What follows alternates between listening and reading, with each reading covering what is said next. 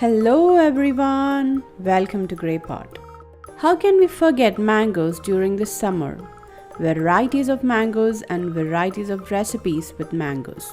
So today let's see how to make this simple and easy mango pudding without any gelatin or agar agar.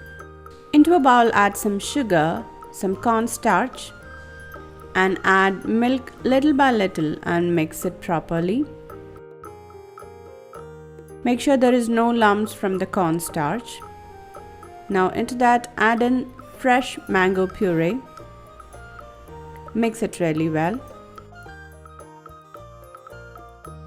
Once everything is well mixed in, add rest of the milk and mix it.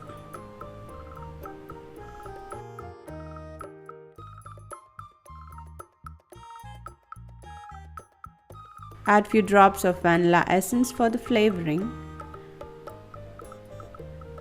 And our mixture for the pudding is ready.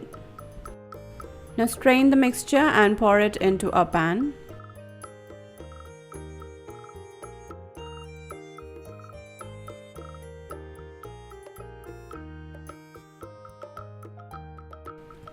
Now cook this on a medium flame and continuously stir it. As we have added cornstarch, it will get thicker really fast. Once it gets into a nice thicker consistency, turn off the flame.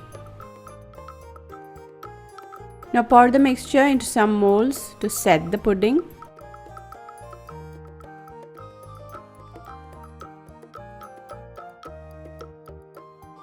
Now you have to refrigerate it for 3 to 4 hours or until it is set. And then slowly demold it and our mango pudding is ready. You can garnish it with some cherries. And look how jiggly and creamy this pudding is. It's simple and easy to make with very few ingredients. So do try out this recipe, leave your valuable comments and suggestions in the comment section below. Click the logo to subscribe to Grey Pot, watch more amazing recipes from our channel. Thank you.